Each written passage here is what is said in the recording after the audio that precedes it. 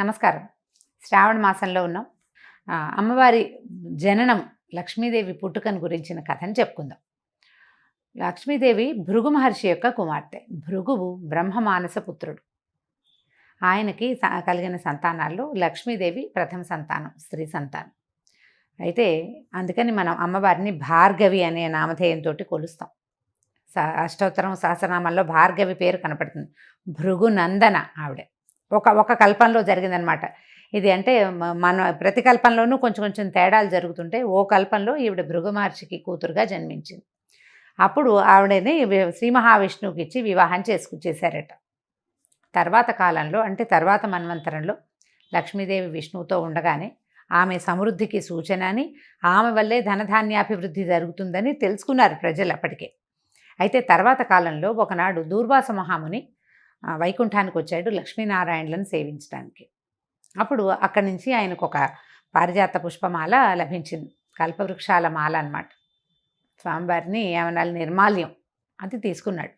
ఈ దూర్వాసుడు నిర్మాల్యం తీసుకుని వస్తూ తనకి ఎదురైనటువంటి దేవేంద్రుడికి ఆ నిర్మాల్యపు దండని, స్వామివారి మీద నుంచి తీసిన దండ అని చెప్పి చేతిలో పెట్టాడు.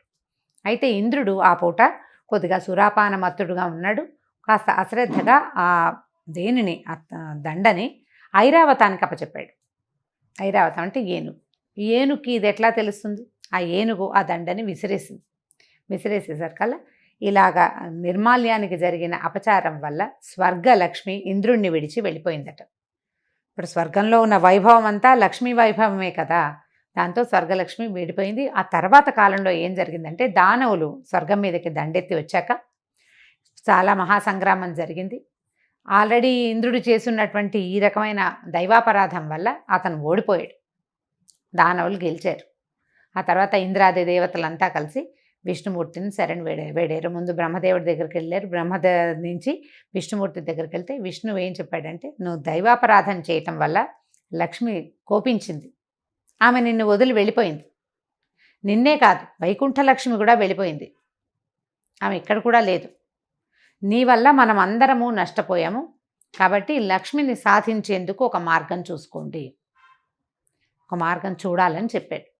అదే సమయంలో ఈ దానవులంతా మృత సంజీవని విద్యతోటి వాళ్ళు బతికిపోవటము, వాళ్ళు వరగర్వాలతోటి శక్తివంతులుగా ఉండటము, వీటన్నిటి మీద ఆలోచించి అమృతాన్ని సాధించాలి, దాంతోపాటు లక్ష్మీదేవిని కూడా సాధించుకోవాలని ప్రయత్నం చేసి దేవదానవులు ఇద్దరూ కలిసి అమృత మథనం కోసం ప్రయత్నం చేశారు.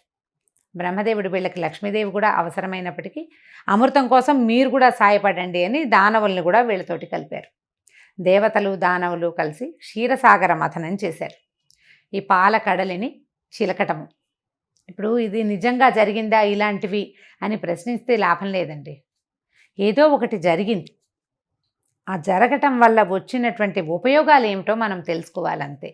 ఇవి పురాణ గాథలు, ఇవి నిజం అవునా కాదా అనే ప్రశ్నల కంటే కూడా దాని తర్వాత జరిగిన ఫలితం ఏమిటి అనేది, దానివల్ల మనం ఏం తెలుసుకుంటున్నాము. ఏదైనా మధిస్తేనే సరైన విషయం బయటకు వస్తుంది. పాలల్లో వెన్న దాగుంటుంది. పచ్చిపాలల్లో ఏది తీయంటే తీయగలము, చేత్తో రాదు. పోనీ పాలను తోడుపెట్టి పెరుగు చేసాం, పెరుగులోంచి కూడా తీయంటే తీస్తే రాదు, తరిస్తే వస్తుంది. దాన్ని బాగా చిలకాలి, మధించిన తరువాతే సరి అయిన విషయం బయటకు వస్తుంది. ఈ విషయం మనకి క్షీరసాగర మథనం కథ ద్వారానే మనకి పురాణాలు తెలియజేస్తాయండి. పురాణాల్లో తెలియజేసిన ప్రతి విషయానికి సూచన ఇంకొకటి ఉంటుంది. మనం కథ వినేసి వదిలిపెట్టకూడదు. ఏం సూచించారు? మనకు ఒక సమస్య వచ్చింది, అది తీరట్లేదు, ఎవరో వచ్చి మనకు సహాయం చెయ్యరు. మనం ఏం చేయాలి? సమస్య తీరటానికి ముందు దాని మూలానికి వెళ్ళాలి. దేనివల్ల ఈ సమస్య వచ్చిందో మొదట ఆలోచించాలి. అప్పుడు ఈ సమస్య తీరటం కోసం మనం ఏం చేయాలో కూడా ఆలోచించాలి, ఏం చెయ్యకూడదో కూడా ఆలోచించాలి. ఈ ఆలోచించిన తర్వాత దీన్ని ఇంప్లిమెంట్ చేయాలి. ఇంప్లిమెంటేషన్ కూడా మనం ఆలోచించాలి కదా. ఇదంతా ఎక్కడ జరిగింది? ఇది మథనం అంతా బ్రెయిన్లో, మేధో మథనం జరుగుతుంది. ప్రతి విషయం మీద కూడా మనం ఆలోచించే పని చేయాలి. ప్రతి దానికి మథనము అవసరము. ఏ శుభమైన కార్యక్రమం జరగాలన్నా, ఏ సరి అయిన పని జరగాలన్నా, అసలు ఒక అవుట్పుట్ అంటూ కావాలి అంటే దానికి మథనం ముఖ్యమైనది. నేను ఇక్కడి నుంచి లేచి అక్కడికి వెళ్ళి అది తీయాలి అంటే అదేదో క్యాజువల్ విషయంలో ఉంటుందండి. బ్రెయిన్ దానికి చాలా ఆలోచిస్తుంది. బోల్డంత క్రియ జరగాలి, నాకు ఊహ రావాలి. నాకు ఊహ అంటే నా కన్ను ఒక వస్తువుని చూడాలి, ఆ వస్తువు చూశానని కన్ను వెళ్ళి బ్రెయిన్కి చెప్పాలి, అది నీకు ఉపయోగపడుతుంది అని బ్రెయిన్ ఆలోచించుకోవాలి. అప్పుడు బ్రెయిన్ కళ్ళకి చేతులకి కూడా చెప్పి, దాంతోపాటు కాళ్ళకి చెప్పి, ఓ కాలు నువ్వు నడిచెళ్ళు, ఓ చెయ్యి నువ్వు దాన్ని పట్టుకో, ఓ కన్ను నువ్వు దాన్నే చూడు అని వీళ్ళ ముగ్గురికి చెప్పాలి.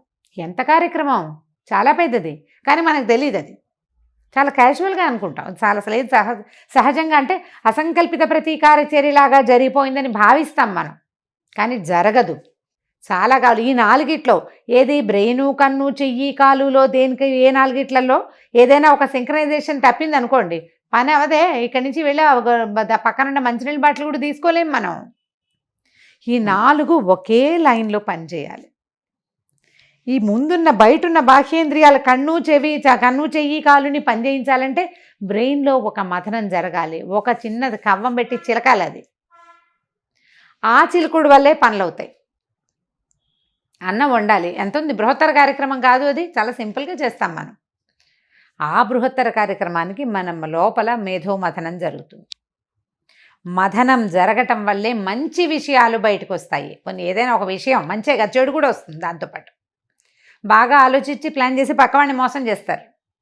ఆలోచించి ప్లాన్ చేస్తేనే ఏటీఎం కొల్లగొట్టగలుగుతారు. ఆలోచించాలి కదా. అలాంటి మథనమే ఇప్పుడు జరిగింది, క్షీరసాగర మథనం.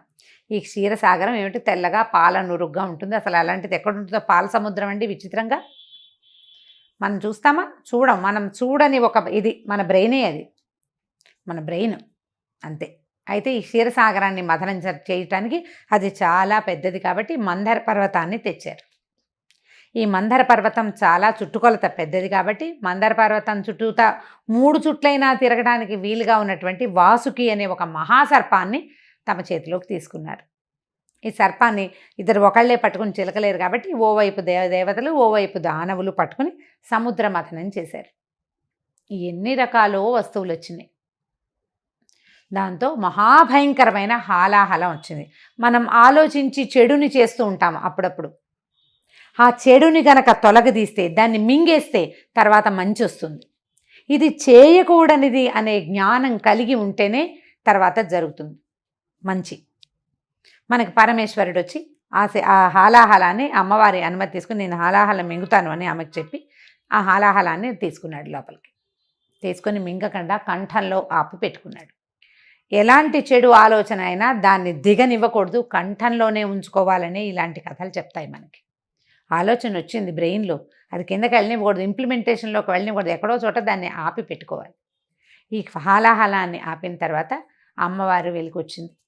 లక్ష్మీదేవి సహస్ర కమలం మీద కూర్చుని చక్కగా పరమాద్భుత సౌందర్యంతో బయటికి వచ్చింది. ఆమెతో పాటు చంద్రుడు, తర్వాత నవరత్నాలు, కామధేనువు, కల్పవృక్షము, ఉచ్చైశ్రవము, నవనిధులు, అన్ని మణులు, నవరత్నాలు అన్నీ కూడా ఈ సముద్రంలో నుంచే వచ్చినాయి. ప్రపంచమంతా సముద్రంలోనే ఉంది. మొత్తం బయటికి వచ్చిన తర్వాత అమ్మవారు మళ్ళీ భగవంతుడైనటువంటి విష్ణుమూర్తిని వరించిన. ఆమె సౌందర్యము, ఆమె కళ్ళకి అసలు మైమర్చిపోయారట. కానీ ఆమెను స్వీకరించాలనుకోలే ఎవరు. దైవీ కళ యొక్క గొప్పతనం అది. ఆ లక్ష్మీ కళ తాలూకు గొప్పతనం. మిగిలిన వాళ్ళు ఎవరు ఈమె మాకు కావాలి అని అడగలేదు. ఆమె స్వయంగా వెళ్ళి శ్రీమన్నారాయణ్ణి ఆయన దండ వేసి ఆయన మెడలో, ఆయన వక్షస్థలంలోకి చేరిపోయింది. వివాహం అప్పుడు భృగు మహర్షి కూతురుగా ఉన్నప్పుడు ఆవిడ విష్ణువుని అడిగిందట, నేను నీతో పాటు ఎక్కడుండాలి అంటే నా హృదయంలో ఉండమన్నట్టు. భార్యని హృదయంలో ఉంచుకోవాలి, ఆమె మీ మనసుగా ఉండాలి అని భగవంతుడి కథే మనకు తెలియజేస్తుంది. లేదా హృదయంలో ఉంచుకోలేవు, అర్ధనారీశ్వర స్వరూపం నీలో సగం అయిపోవాలి భార్య. లేదా నీ నాలుక యందు ఉండాలి, నీ మొత్తం ఆలోచన, నీ మాట అంతా నీ భార్యగా ఉండాలి. అలాంటి వాళ్ళు ప్రఖ్యాతులవుతారు, అలాంటి వాళ్ళు హాయిగా ఉంటారు, వాళ్ళ జీవితం సుఖంగా ఉంటుంది. అది చెప్పడానికే పురాణాల్లో ఇలాంటి విషయాలు చెప్తారండి మనకి. ఈ అమ్మవారు లక్ష్మీదేవి విష్ణుమూర్తిని వరించిన తర్వాత ఇంద్రుడు ఆమె కోసం మళ్ళీ తపస్సు చేశాడు. తపస్సు చేస్తే అప్పుడు ఆమె అతనికి స్వర్గలక్ష్మిగా ఉండడానికి ఒప్పుకుంది. స్వర్గంలో ఒక లక్ష్మీ అంశ ప్రవేశించింది. లక్ష్మీదేవి విష్ణుమూర్తితోటే ఉన్నప్పటికీ ఆవిడ ప్రపంచంలో ఉన్న ప్రతి విషయంలోనూ తన కళని, అంశని స్థాపించింది భగవంతుని యొక్క అనుమతితోటి. స్వర్గలక్ష్మిగా స్వర్గంలోను, సస్యలక్ష్మిగా పంటల యందు, లక్ష్మీ స్వరూపంగా గోవు యందు, ధనముల యందు, ధాన్యముల యందు, ప్రతి చోట కూడా తన తాలూకు లక్ష్మీ అంశని అన్ని చోట్ల ప్రవేశపెట్టింది. అమ్మాయి కాస్త చక్కగా బాగుంటే అమ్మాయి లక్ష్మీ కళగా ఉందంట, లక్ష్మీ స్వరూపంగా కనిపిస్తుంది, లక్ష్మీ సాన్నిధ్యం కనపడుతుంది. బాగా ఒక 10-25 బస్తాల బియ్యము అవి కనపడితే అక్కడ ధాన్యలక్ష్మి సాన్నిధ్యం, సస్యలక్ష్మి సాన్నిధ్యం కనిపిస్తుంది. ఎక్కడ నిండుదనం ఉందో, ఎక్కడ సమృద్ధి ఉందో అక్కడ లక్ష్మి ఉన్నట్టు. మన దగ్గర నిండుతనం లేదు, సమృద్ధి లేదు, సమృద్ధిని సాధించేందుకు ప్రయత్నం చేయాలి. లక్ష్మి సాధన వల్లే సమకూడుతుంది. మళ్ళీ ఇందులో ఇంకోటి ఉందండి, ఉద్యోగినం పురుష సింహం ఉపైతి లక్ష్మి అన్నారు, సంస్కృతంలో శ్లోకం ఉంది. ఇది ఎవడైతే ప్రయత్నశీలుడుగా ఉంటాడో వాడికి లక్ష్మి దొరుకుతుంది. స్త్రీ పురుష భేదం లేదండి, పని చేస్తే లక్ష్మి సాధిస్తాం మనం. ఏదైనా సరే అన్ని రకాల లక్ష్ములని, విద్యాలక్ష్మిని, జ్ఞానలక్ష్మిని, ధైర్యలక్ష్మి, సాహసలక్ష్మిని కూడాను ప్రయత్నమే చేయాలి. ఆ ప్రయత్నాన్ని శ్రద్ధగా చేయాలి. ఈ క్షీరసాగర మథనం కథ విన్న వాళ్ళకి చాలా మంచిదని చెప్తారండి. శుక్రవారం నాడు చక్కగా లక్ష్మీ పూజ చేసుకుని ఈ కథని సావకాశంగా వినండి. దీంట్లో చాలా డీటెయిల్స్ ఉన్నాయి, ఇంకా చాలా డీటెయిల్స్ నేను వదిలిపెట్టాను. మనకి పెద్దగా సమయం లేదు, తెలిసిన కథే కదా అని బ్రీఫ్గా చెప్పాను. కానీ దీని మీద చక్కగా పిల్లలకి చెప్పండి, మీరు ఒకసారి తలుచుకోండి. మంచి పుస్తకం ఏదైనా ఉంటే ఆ పుస్తకం తీసుకుని చదువుకోండి. మనం ఇది శ్రద్ధగా ఉండవలసిన నెల అనేది జ్ఞాపకం పెట్టుకోండి. లక్ష్మీ పూజ చేసుకుని ఎవరైనా ఒక ముత్తైదుకి ఒక తాంబూలం కనుక ఇస్తే చాలా మంచిది, శుభం జరుగుతుంది. నమస్కారం.